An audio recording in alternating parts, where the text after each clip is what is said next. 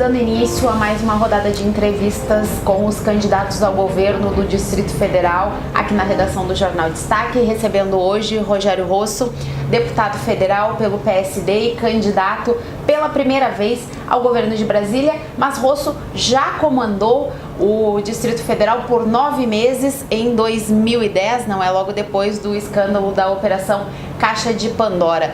Muito bem-vindo à redação do Destaque, deputado, obrigado pela sua presença. Obrigado a vocês, é um grande prazer, Yara, Wesley, estar aqui com vocês, que vocês estão realmente fazendo um trabalho muito importante, político, da sociedade, e agora cobrindo essas eleições, talvez as eleições mais difíceis que teremos não só no DF, mas no Brasil todo. Com certeza. Deputado, dando início à nossa entrevista, o senhor chega como candidato ao governo numa época em que a população se diz muito cansada da atual política, não é? Muitos ainda não sabem quem votar, não decidiram. Como é que o senhor pretende conquistar esse eleitorado e se fazer eleito nessa disputa?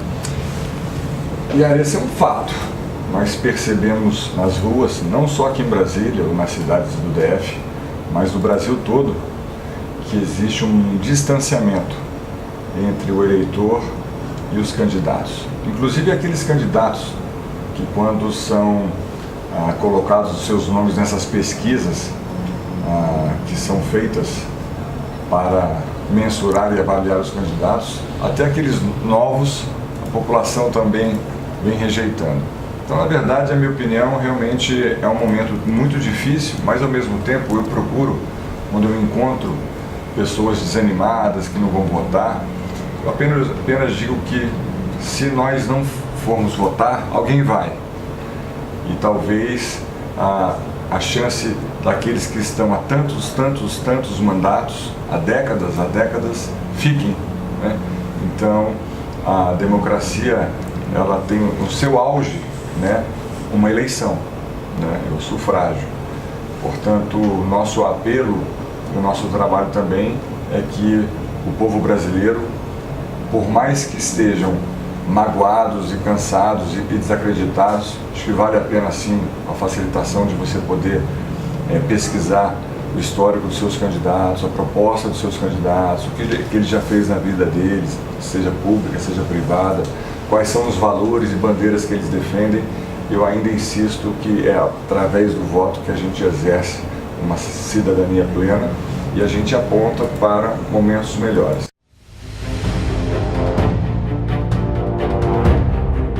Nesses últimos 4 anos, o atual governador enfrentou uma série de problemas com relação à base de apoio dele na Câmara Legislativa, o que dificultou a aprovação de alguns projetos que seriam de interesse do governo. Como é que o senhor pretende estruturar essa sua base para ter respaldo na Câmara Legislativa caso seja eleito ao governo?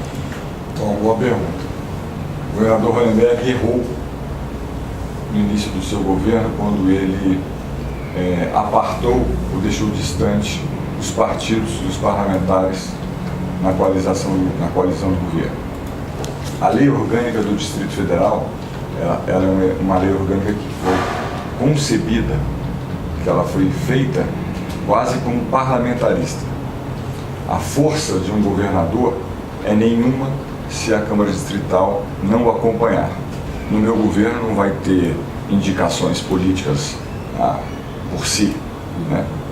Não, vai ter pré-requisitos que as pessoas queiram trabalhar em áreas importantes. A primeira coisa que eu vou fazer é o seguinte: servidor público preferencialmente. Por quê? Porque o servidor público, ele tem a história, né, de todos os problemas e questões, e quando ele entra não precisa tempo nenhum para se adaptar, ele já entra acelerando. Então, preferencialmente servidor público, mas com um currículo que demonstre ao governador a capacidade que ele precisa, técnica, administrativa, de tocar aquela área.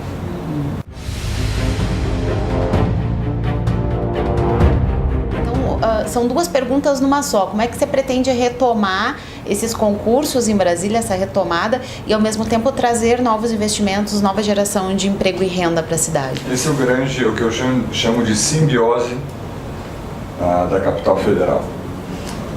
Veja bem, a cada R$100 gastos no Distrito Federal, R$67 vem do servidor público. Então, imagina uma padaria, um comércio, um restaurante, uma loja de departamento, uma concessionária, o que for. Se R$67 circulados no Distrito Federal vem do servidor público, significa que se o servidor público estiver mal remunerado, se o servidor público estiver em processo de queda de poder aquisitivo, o que acontece com a nossa economia? Ela cai. Então a gente precisa olhar para os 2 anos, tá certo? Então a nossa visão, nós olhamos um pouco para o retrovisor do que aconteceu até hoje na economia do DF, mas a nossa perspectiva é outra. O Distrito Federal não tem 3 milhões de habitantes, ele tem 4 milhões e meio, porque são os 3 do quadradinho e 1,5 daquele raio de 30 quilômetros, que é a área de influência absoluta no DF.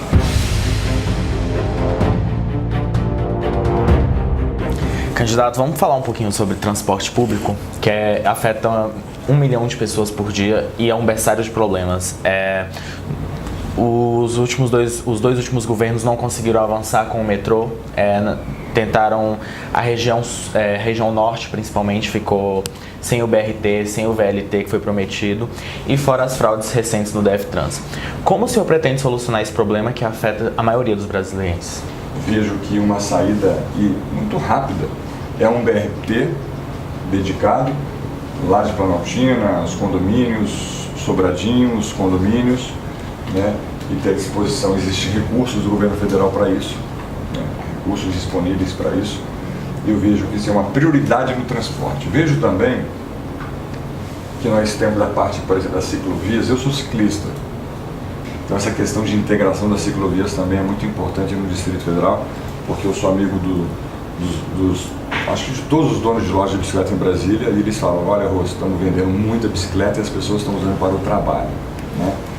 A questão de novas vias, por exemplo, é inconcebível que ali entre Taguatinga e Uguará, aquela linha de transmissão que passa por ali, para mim, a obra mais importante do ponto de vista viário da Zona Oeste.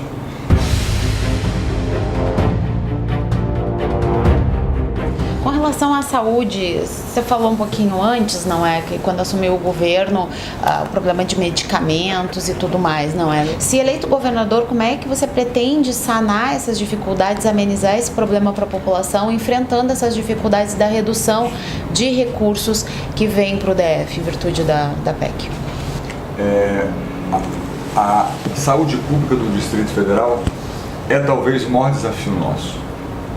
Nós atendemos a nossa população, mais a população do entorno e mais populações de municípios de 600, 700, 800 quilômetros de distância que todos vêm para cá. Eu criei o PDPAS em 2010, acho que com 2, 3 meses de governo, isso que funciona até hoje.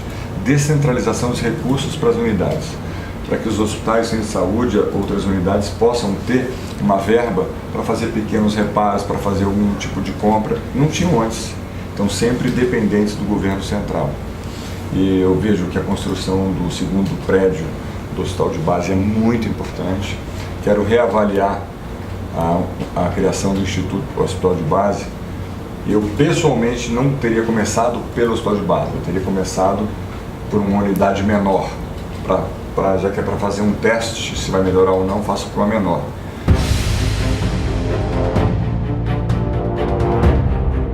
Vamos falar agora um pouquinho de segurança, que mensalmente o governo divulga números da violência no Distrito Federal, alguns casos diminuem, outros crescem, mas o que vem crescendo recentemente é os casos de estupros e feminicídios no Distrito Federal. Como que o senhor pretende, que o governo pode fazer para trazer a sensação de segurança de volta para a sociedade, conseguir diminuir principalmente esses crimes de violência contra a mulher, e como o senhor, mesmo a favor de uso da tecnologia, como a tecnologia, por exemplo, poderia ajudar na segurança no Distrito Federal? Certo. O Distrito Federal sempre teve nos seus índices a melhor segurança do Brasil. E hoje, de algum tempo para cá, já entramos numa das piores. Veja a quantidade de policiais militares que existiam nos anos 80, 90, e com mais população agora a gente tem menos contingente. Isso vale para a polícia, Corpo de Bombeiro Militar e Polícia Civil. Na história do Distrito Federal, nunca a nossa Polícia Civil esteve tão desmotivada. Eu garanto para vocês isso. Eu tenho amigos de infância aqui do Distrito Federal que são policiais militares, bombeiros militares, policiais civis. Nunca aconteceu na história uma desmotivação quase que coletiva com relação à remuneração, ambiente de serviço, enfim. Com uma polícia desmotivada, por melhores que sejam, mais competentes que sejam, e eles exercem a sua função com dignidade, mas é uma bola de neve. É uma bola de neve. Então, eu vejo que a segurança, tudo que o Rodrigo fez na segurança nesses últimos 4 anos, ele merece um prêmio Nobel ou ao contrário. O que não se deve fazer em gestão de segurança pública, ele fez. Ele não chamou para si, né, a responsabilidade, acho que comandou com um pulso fraco, acho que ele estimulou uma divisão entre PMs e civis, uma certa rixa que é uma bobagem, acho que são complementares, fazem parte das forças de segurança, Corpo de Bombeiros Militar, não renovou frota da Civil, não comprou equipamentos, armamentos, não comprou equipamentos de alta tecnologia, não fez o que deveria ter feito e tem recursos para isso.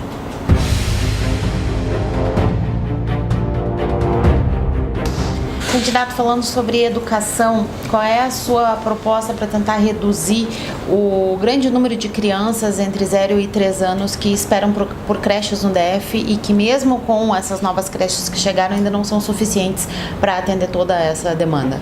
A educação infantil é prioridade, criança na creche, uma boa alimentação, bons professores e carinhosos, isso é importante. Construir creches públicas, conveniar com creches privadas, isso é importante. Nós temos um projeto de que, uma das nossas ideias é que empresários que queiram contribuir para com o governo, ajudando em programas sociais com creche, nós estamos desenvolvendo alguns benefícios que esses empresários vão ter. Se você, empresário, ajuda essas creches, ou a manter, ou a fazer outro tipo de coisa, você terá algo do governo, a gente está estudando isso. Tipo um incentivo fiscal seria? Não só fiscal, não trabalha só com fiscal, mas um tipo de incentivo para ele. São Paulo já faz assim, Paraná faz assim, nós estamos há 100 anos atrasados aqui. O ensino técnico profissionalizante é muito importante, né? Antes mesmo de entrar na faculdade, eu diria até que nossos alunos na rede pública, poucos entram na faculdade, né? Então, o sonho dele meio que se acaba.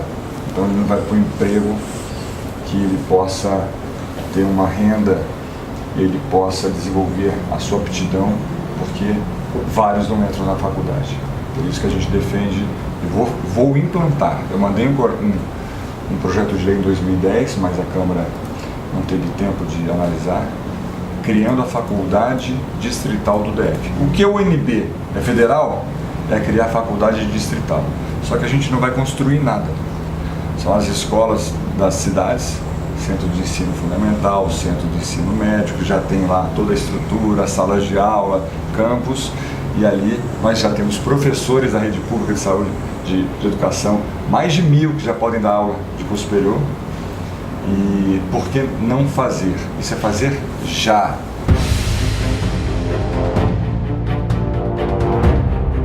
Candidato, a gente tem um grande problema ali na região de Taguatinga e Ceilândia, que é o centro administrativo, que foi entregue pelo governo Agnello, ficou aí 4 anos parado agora com o governo Hollenberg. Qual o seu projeto para aquele prédio que está construído lá? O projeto que ele foi concebido. Todo aquele que deu uma ideia mirabolante, ele não pegou um minuto da vida dele para ler. Qual é a lógica do centro administrativo? Sair do aluguel, o governo do Distrito Federal paga milhões e milhões por mês em prédios alugados, em locais alugados. Milhões e milhões. Então você teria todo mundo junto. Acesso facilitado, tem estação de metrô dentro do centro administrativo. Quem vem de automóvel vai no contrafluxo. Quando você desce de manhã para trabalhar para o plano, veja PTG, veja estrutural e PLB lotadas. E vai ser o contrário, você vai vir para cá. Você tem você otimiza, você dá eficiência ao governo à medida em que a Secretaria A está do lado da Secretaria B, que está do lado da Secretaria C, que está do lado D. Detalhe, aquele centro administrativo não teve R$1 do governo. O governo do Brasil não pagou R$1. Ele emprestou o terreno e o setor privado construiu. Aí deu uma confusão jurídica lá. Centro administrativo é para ser centro administrativo, né? Tudo ali. Atender o cidadão da forma mais facilitada, como nunca vai haver no Brasil. Só que está deixando o tempo passar, não resolve, ninguém tem coragem. E à noite, quem sabe naqueles prédios de trás, 1 ou 2 prédios, possa ser um dos campos da Faculdade Pública Distrital.